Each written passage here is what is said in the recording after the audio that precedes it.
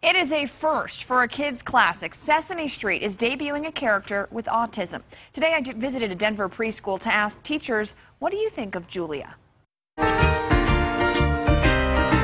Sesame Street's new initiative to see amazing in all children introduces a new character with autism. Julia looks around. This is Julia. She is a very stereotypical picture of what a child with autism looks like.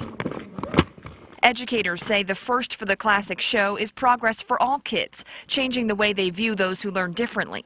Elmo likes to play with his toy cars and trucks. So does Julia. She especially likes spinning the wheels around and around. Individuals with autism, they quite frequently do things differently. And it's human nature in other people to say, oh, that's different and I'm not comfortable with that. Here at the Children's Outreach Project in Colorado, learning in new ways is encouraged. And while occupational therapists say they like Julia, there's also some concern the way she's portrayed could go too far. Julia doesn't answer. Your friend doesn't like me, says Abby sadly. Julia is featured in Sesame Street's new digital storybook. Julia seems scared.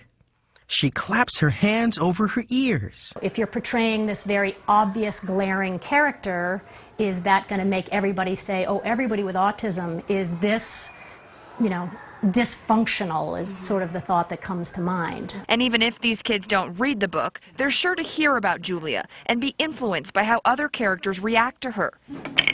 Then emulate it in the classroom. Kids don't recognize that they're picking up on things that they're watching and listening to and hearing, but absolutely, that's how we learn the most.